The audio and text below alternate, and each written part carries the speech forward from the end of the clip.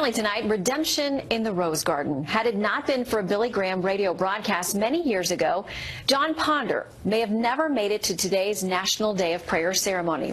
That's because he was doing time in federal prison for bank robbery. Today, he runs Hope for Prisoners, a program that helps ex-felons turn their lives around. As he tells it, you are a living testament to the power of prayer. Your story reminds us that prayer changes hearts and transforms lives. It uplifts the soul, inspires action, and unites us all. Standing next to John Ponder is his good friend Richard Beasley. That's the FBI special agent who actually put him in prison. Redemption and forgiveness there today on display in the White House Rose Garden. Thank you for inviting us into your home tonight. That's it for Special Report. Fair, balanced, and unafraid. I'll see you back here in Washington at 11 p.m. Eastern for Fox News at Night. This story, hosted by Martha MacCallum, starts right now. Hey, thank you, Shannon. We'll see you later tonight. So a retracted story from NBC about Michael Cohen, and now a pitched battle by the president to fight back against the Mueller probe in a way we have not seen. Good evening, everybody. This has become a witch hunt, like the president said. They think the truth here is defined by James Comey. James Comey is the biggest liar of 2016, 2017. The basis of the case is dead. Sessions should step in and close it and say, enough's enough.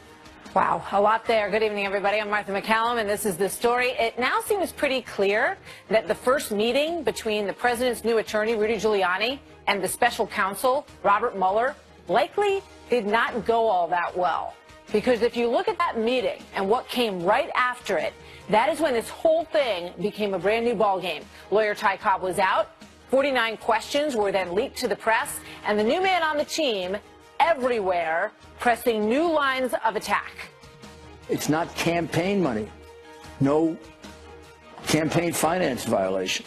Well, first of all, if you're wealthy, you're a target. If you're wealthy, you're a target. People pay that kind of money, even when it's not true.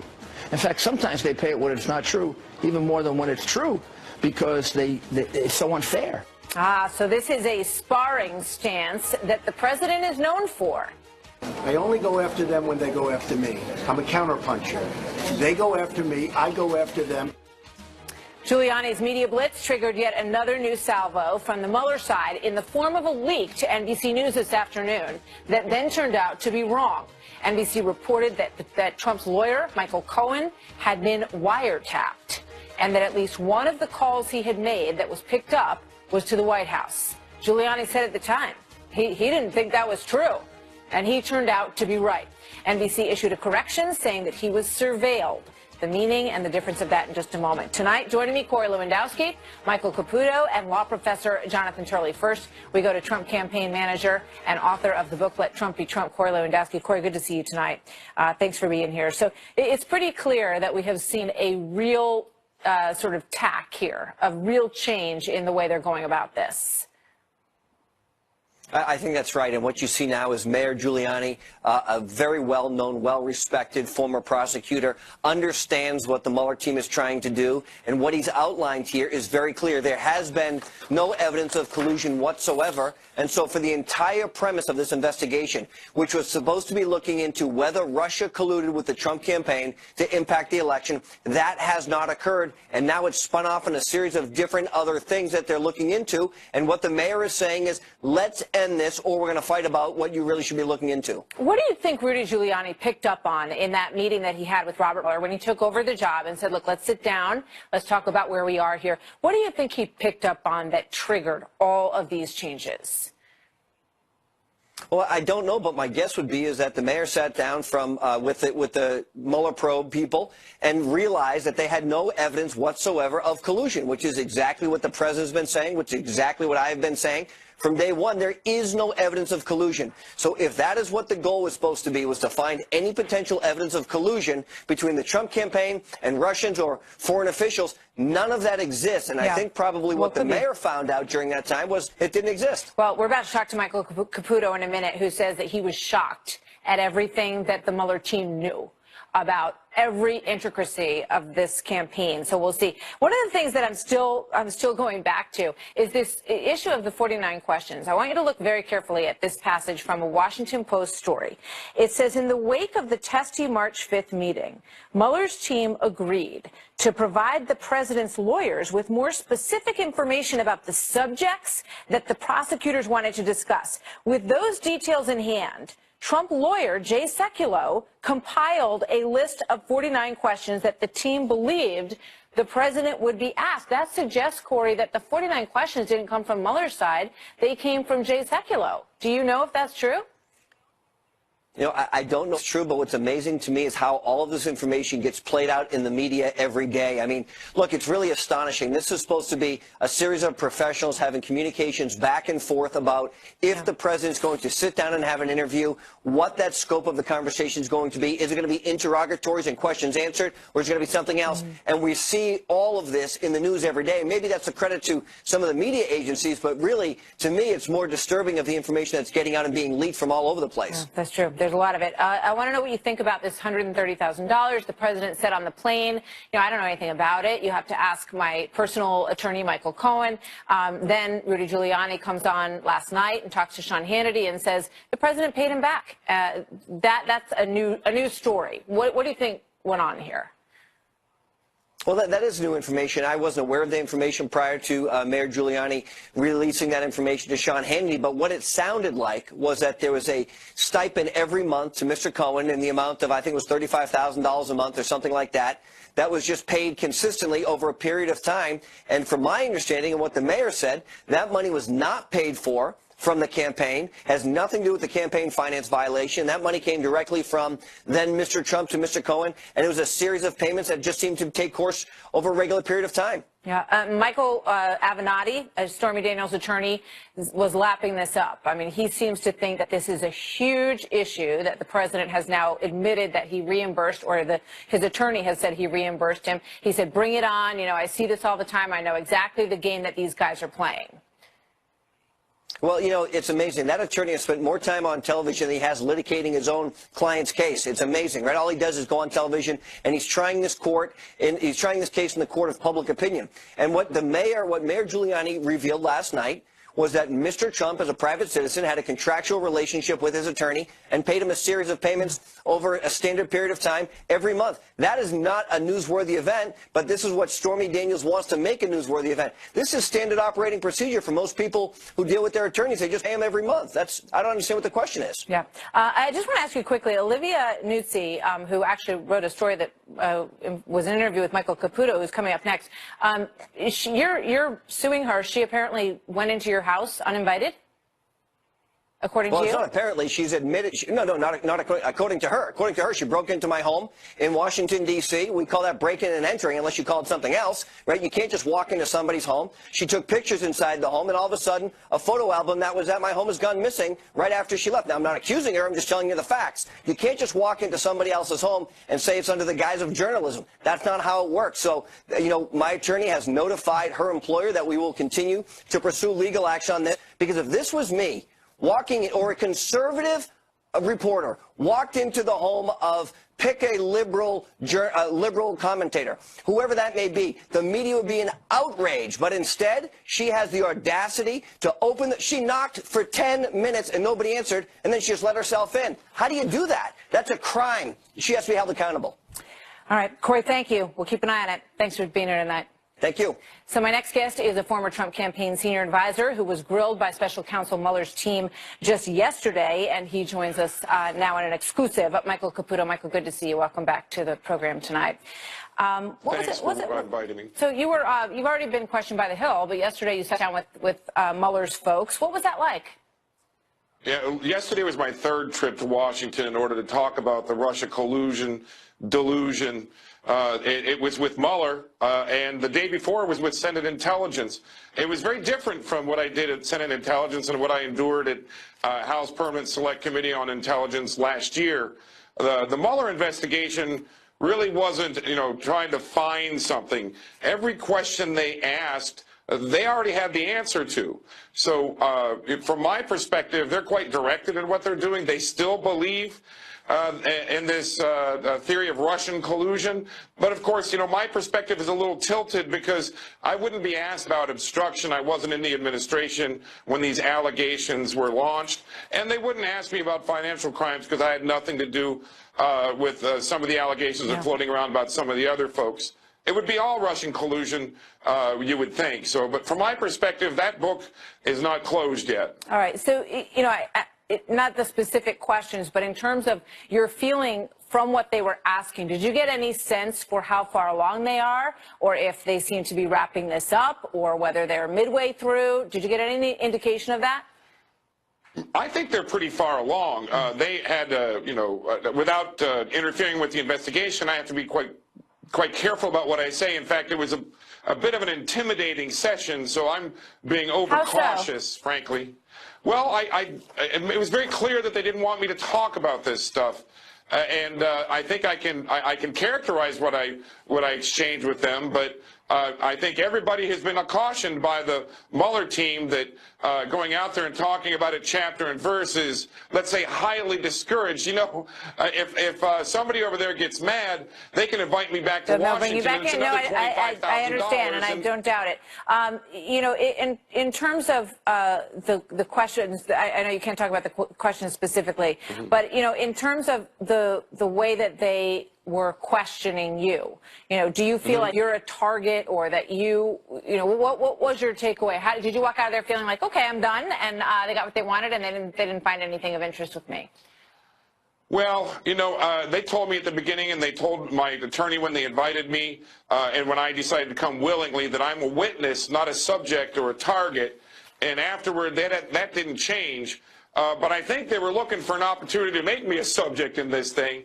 But at the same time, you know, they're talking about WikiLeaks and DC Leaks and Guccifer and things like that. They're still very interested in finding out. But you said that they knew more about the campaign than you did yourself. What did you mean by that?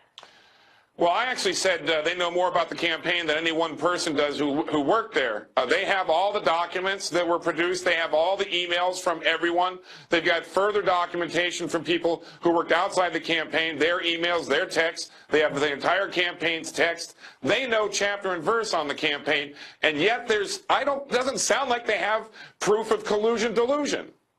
Michael Caputo, thank you very much. I know you've been through a lot, and you're happy, you're hoping you can move on with your life, and we hope you'll be able to do that too. Good to see you today. Thank you, sir. Thank you very much. You bet. So here now, Jonathan Turley, constitutional attorney and law professor at George Washington University. Jonathan, always good to have you here. Thanks, so how do you think Rudy Giuliani is doing so far? Is he helping or hurting this case? Well, I don't think this was a particularly stellar performance, to be absolutely honest.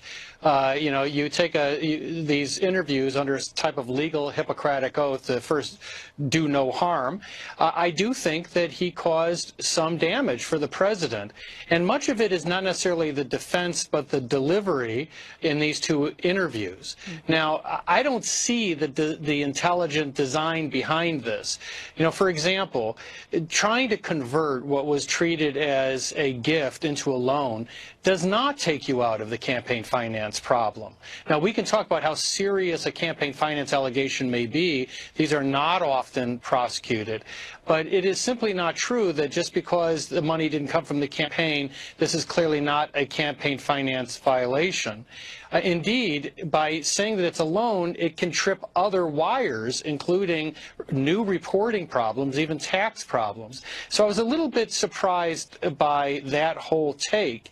Now, in other respects, I think that he's been unfairly criticized. You know, for example, people have said that he implicated Trump in an obstruction of justice by saying that Trump fired Comey because he refused to make public what he had said privately. I wrote a column today in The Hill saying over a year ago I wrote that I was surprised the media was not addressing that very obvious defense because the president stated that defense. He did state that. He clearly said that that was something that bothered him way back. Right. There doesn't need to be one specific reason that he decided to. Usually when you decide to fire someone, it's a culmination of a lot of different things, isn't it? It is, and what concerns me is that the media has focused on one narrative to the exclusion of others, and this explanation is actually the best supported. Other witnesses have said that the president was very upset, that Comey had told people outside the FBI in Congress that he wasn't a target, and he clearly felt that he's being treated unfairly. Now, should he have raised that with Comey? No, I don't think he should have, but that's not a crime. But also, this is not a new defense, and it's certainly not obstruction of justice, in my view. All right, so what about this wiretapping issue? Because there was sort of this, heated reporting this afternoon from NBC that the calls had been recorded from Michael Cohen's office and that one of them was to the White House. Then they had to come back and retract that and say, no, it's surveillance, which I think we can describe very much as metadata, sort of the numbers, the phone numbers that come in and go out and the length of the call, right? Well, it's sort of ironic, isn't it, because the media is now saying, well, it was surveillance. These are often the same outfits that criticize the president for using the term wiretap instead of surveillance, even though his generation often referred to wiretapping as surveillance. So it does sound like what they are describing is a pen register to capture all of the numbers and durations. And that is often sort of freely granted and freely implemented by the Justice Department. It does not include content of the communications. All right, in terms of the approach, which is sort of like a scorched earth, very aggressive approach that they're taking now, why do you think they're doing that, and do you think it's wise? I don't think it's wise, but it clearly is a change in strategy. Ty Cobb was known for someone who wanted to try to thread this needle, wanted to see if they could narrow the category, sit down the president, and get this over with. I don't see the end game here, because if they force a subpoena and it is challenged, I think Mueller will win. Now, they could narrow the subject and narrow the time, but at the end of the day, the case law favors Mueller. The biggest danger is if he forces the president into a grand jury, he goes in there without counsel, and that is a significant danger for the president. Jonathan Turley, thank you. Always good to see you. Thanks for coming on tonight. So coming up next, from bro hugs to blank stares, President Trump's meeting with Angela Merkel, not exactly playing out like the visit with Emmanuel Macron, but the newly confirmed, as of today, there he is, being sworn in, our new U.S. ambassador to Germany, says something very different happened when the cameras were not rolling. And it's going to make his new job quite interesting. Rick Grinnell, fresh off his swearing-in ceremony, joins me exclusively when we come back. Ladies and gentlemen, it is my high honor to introduce to you the 29th United States Ambassador to Germany, Ambassador Richard Grinnell. And that I will well and faithfully discharge. And that I will well and faithfully discharge. The duties of the office on which I'm about to enter. The duties of the office of which I'm about to enter. So help me God. So help me God.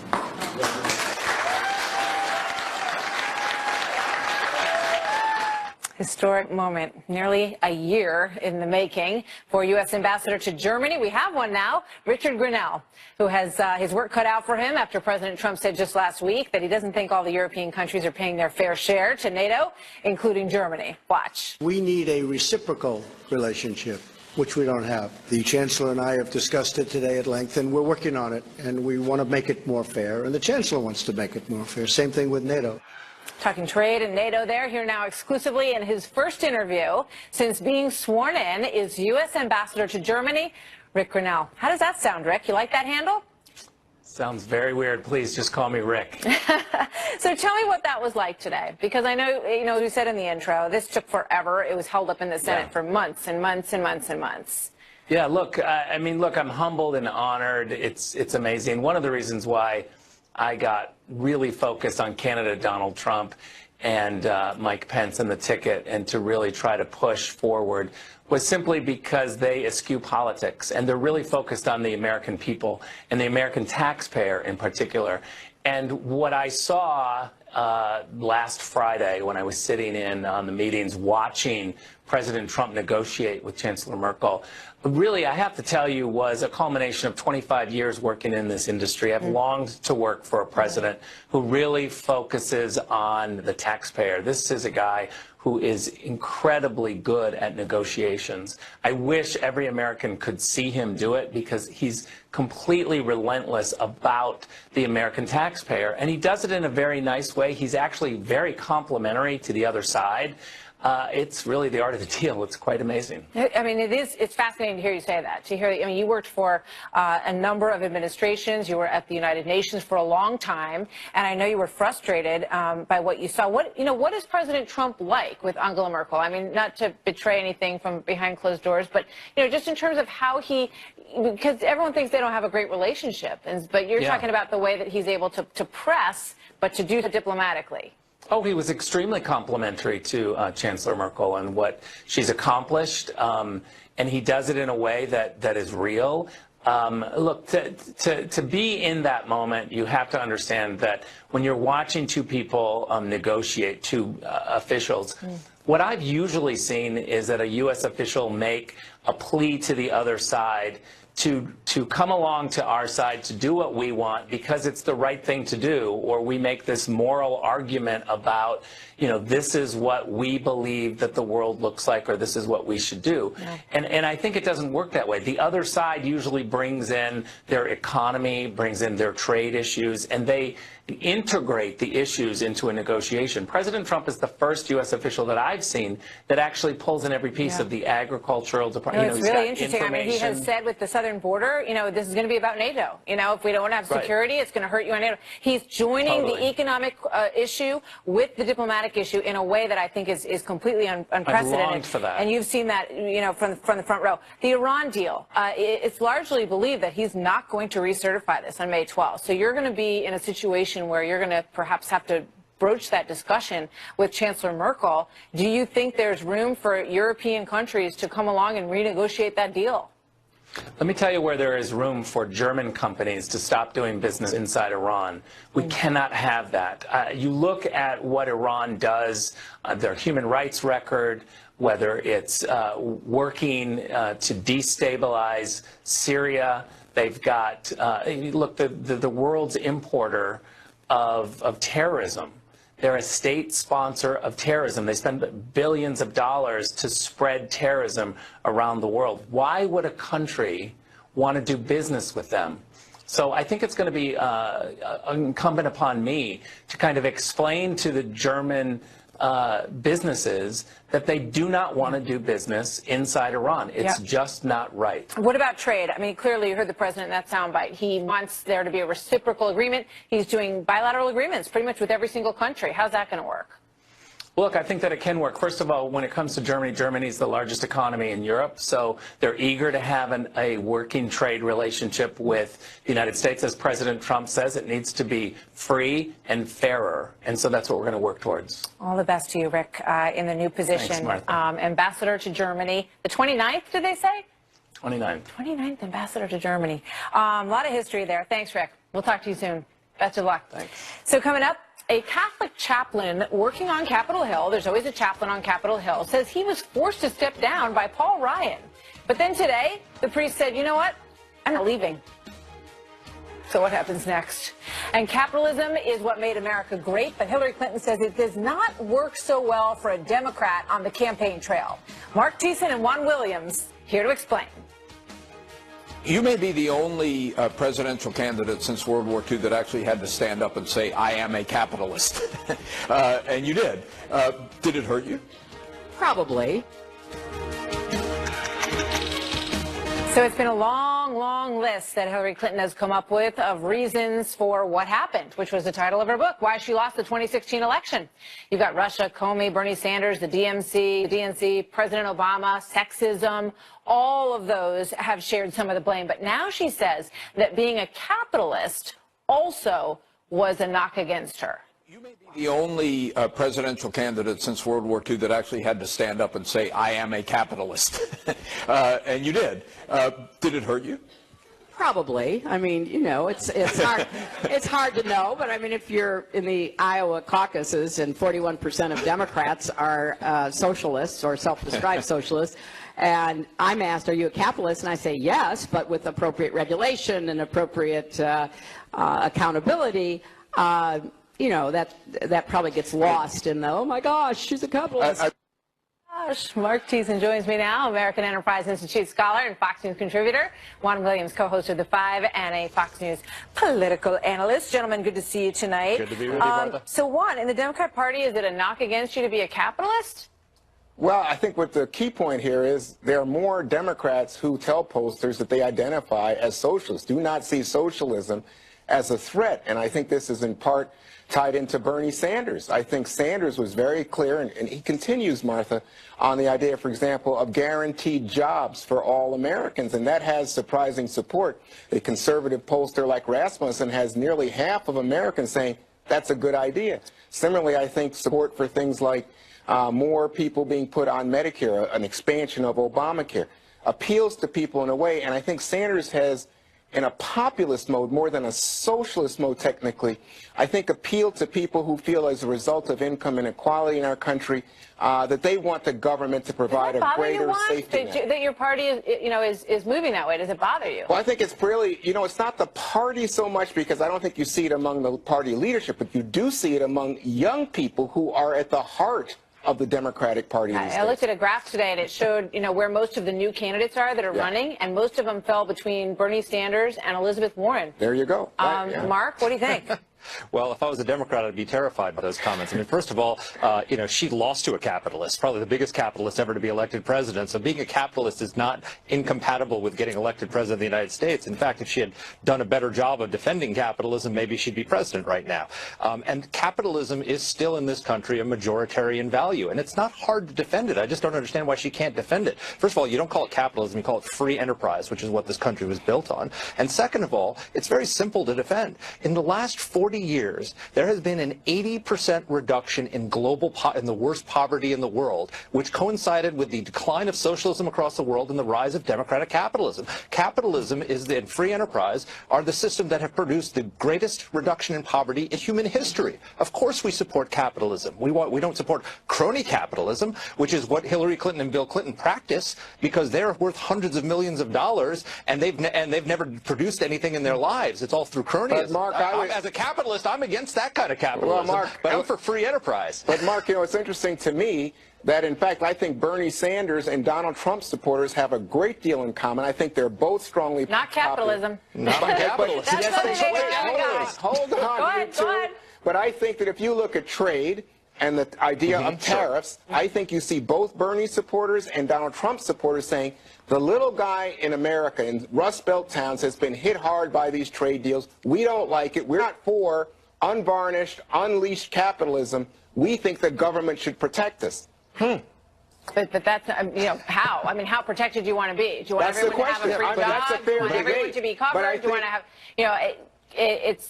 That's a fair debate, but I think Mark was making the case that it's just the Democrats and that no Trump supporters would be all capitalists. Well, a lot of Democrats voted for Donald case. Trump instead of Hillary for that reason. Look, no one is talking about, we're not talking about the monopoly guy with the monocle, as the symbol of what America represents. We're talking about the free enterprise system, which allows and conservatives are against big business. We're for small business, free enterprise, which has produced more jobs, more prosperity than any system in human history. I want to get a quick thought from you guys before I go. Recession. I've got like half a minute. Yeah, well, I got half a minute left. What do you think about this chaplain issue on the Hill? Mark, the Catholic chaplain was pushed out. Now Paul Ryan says, you know what, you can stay, and we're going to meet next week and talk. What happened there? I'm not sure, but I mean, I think it's not the chaplain. I think it's not the chaplain's job to go up and give a prayer on the floor that favors or puts his finger on legislation one way or another, which is, I think, it seems what happened. But it's up to Paul Ryan who the chaplain of the House of Representatives is, and if he decides that he wants a new chaplain, that's his prerogative. He's the only one who's ever been pushed out, and and he's a Catholic, and he said very clearly that the tax cut should help everyone, and I guess Paul didn't like it, but now feeling the political backlash and thinking it's too strong, that's why he's opening the door to a return. Don't mess with the chaplain. No. That's the lesson from that one. Thanks, you guys. Good to see you. Take care. So coming up next, why investigators are ordering Jill Stein, remember Jill Stein, to hand over her documents related to Russian involvement in her campaign. And she handed over some, but she says some of them she is not going to disclose. No transparency there. She joins us next to explain why. And imagine finding out that someone that you worked with for years had a secret life as a serial killer. The police officer who served alongside the Golden State Killer, he had him in his home with his wife and his children. He is next. Working with a serial killer, you know, I mean, I guess I'm lucky to be alive, and so are the other guys. What a story this is. The suspected Golden State Killer was back in a courtroom today. A judge ruled that prosecutors can collect DNA and fingerprints from Joseph DeAngelo, who is believed to be behind at least a dozen killings and more than 50 rapes during the 70s and 80s. So just last week, after decades on the run, he was tracked down in part by detectives who used genealogy websites like Ancestry and 23andMe. They don't know exactly which one it was, but it has a lot of people wondering what exactly you give up when you spit and send your DNA to those sites. It's something to think about. America, we'll talk more about that another night. But my next guest is retired Exeter, California Police Sergeant Farrell Ward. He worked side by side along the alleged serial killer for 3 years. Farrell, welcome. Good to have you here tonight, sir. Thank you for being with us. Thank you for having me. I just can't even imagine. I read about how you spent a lot of time side by side. You never suspected him of anything like this. What was it like when you saw his picture and realized how close you had been to him all those years? I was devastated. I just couldn't believe that one of our guys could do something like that. Tell me what he was like. What he is like. Pardon me? Tell me what he's like and what he was like then that led you to not suspect anything at all. Well, he was a nice guy. That he's just off kind of by himself, like he was educated person, but he didn't have no common sense. He didn't like to joke around, play around, or anything. He just kind of standoffish type guy. So you say that, you know, he was around you, he was in your house, around your family. What is it like when you hear about these murders and these rapes and you realize that it could have happened to anyone? Him in my house, we drank tea. He's even had dinner with me, because when we worked together, if the person lives out of town, then I usually invite him to my house, because my wife cooked every night, and I would have one of the guys come have dinner with me at nighttime. So I had my wife and my daughter there, and never thought for a moment that something like this would happen. Is there anything looking back, Farrell, that you think about when you think about things that he said or did that maybe shed some light on what was going on? There was nothing. I couldn't believe it when I saw him on TV, but there was no indication whatsoever that this guy had any dark side to him whatsoever. And he was just another policeman, just like any of the other guys. During that period, did you talk about this killer that was on the loose with him? Well, yeah, we talked about the killing in Visalia, where he killed the college professor. He tried to kidnap his 14-year-old daughter, and the father came into the room to help his daughter, and he was shot dead right there in front of his daughter. And you talked to him about that crime at the time? Yes. And what was his reaction not to it? just him, but they just didn't know who the sick guy was that would do something like that, just like the other policemen that we talked about, different things. And Visalia PD, they investigated it, the incident, and then the next week, Visalia Police Department put guys in different neighborhoods. The police officers dropped them off in different parts of the city. And that night, there was a policeman that found him in the backyard. And they teach us in our training to hold your flashlight away from your body. So he was holding out his flashlight, and this guy shot directly into his flashlight and just blew it all apart. And luckily that didn't kill the police officer. And this guy just jumped directly over the fence, 6-foot fence, and he disappeared. And at the time I was a K9 officer. So if I say police called me out to help search the residential area and the backyards, and we couldn't locate the guy anywhere. He was gone. Oh my gosh, it's chilling. Farrell Ward, thank you very much, sir. Thanks for sharing your story. We're glad he's finally in custody. It's an amazing story you tell. Thank you, sir. Thank you for having me. Our pleasure. So coming up next on the story, former Green Party presidential candidate Jill Stein on why she's refusing to comply completely with Senate investigators who are looking into Russian involvement in her campaign.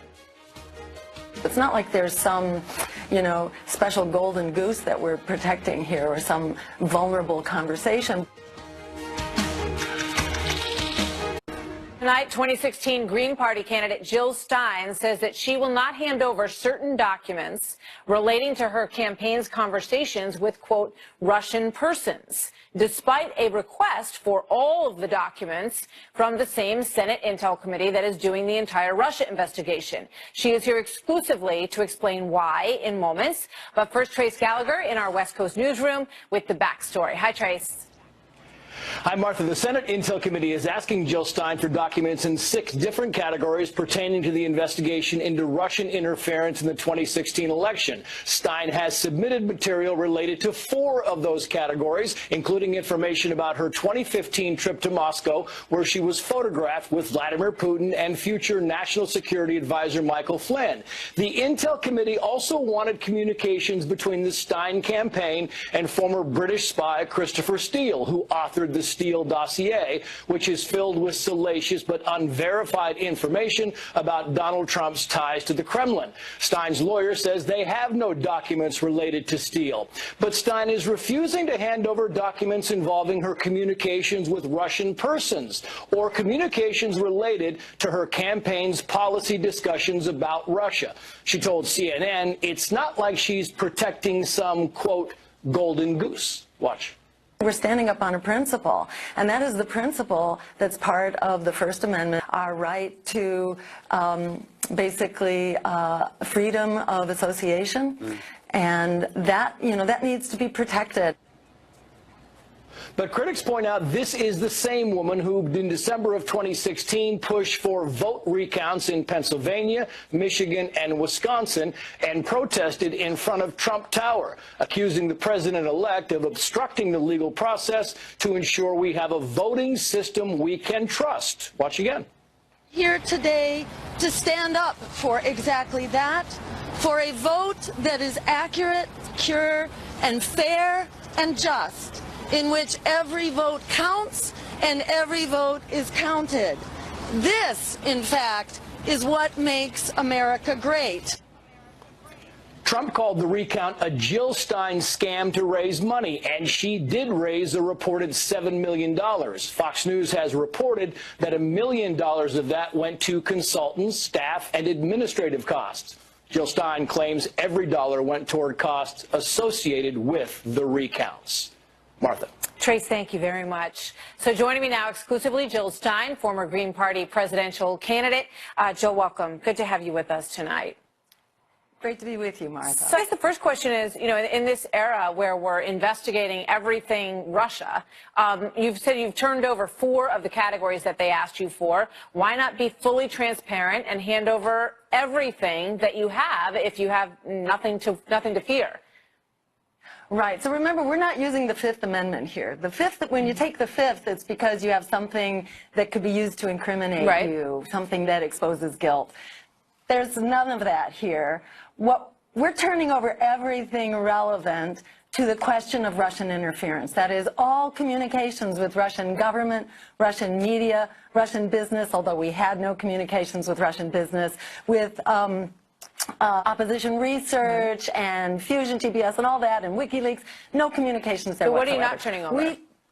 So the only thing we're not turning over is what the Constitution says the government should never ask of us. So our founders were very smart, and they set up some amendments, that is, our civil liberties, and they said government cannot intrude. So are these personal? On Are they friends of yours? So is it, personal emails with Russians? That, So what I'm saying, you might have been born in Russia, and I might not know it. So the point we're making is that there's no way to know who has Russian background. And furthermore, it was like, you don't want to get into a situation like before the Second World War, when we threw everybody of Japanese background for being, we don't want to criminalize a class of people. I know your attorney has said that the request was undefined and overbroad, which I think are words that the people who are under investigation on the Trump side would be very sympathetic to. I think they feel very much the same way.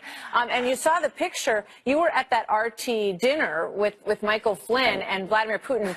He got, embroiled in this investigation in part because he went over there and he was paid to be part of that dinner. So you were not paid? He was paid.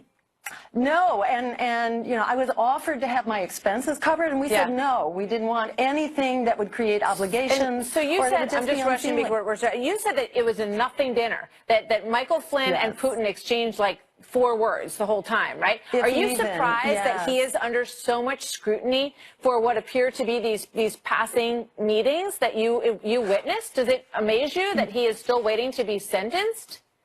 So certainly there was nothing that happened that I was witness to at the dinner table. There was no conversation between the Russians and those who didn't speak Russian. The Russians only spoke Russian, and nobody was even introduced, so nobody knew who anybody was, at least I didn't.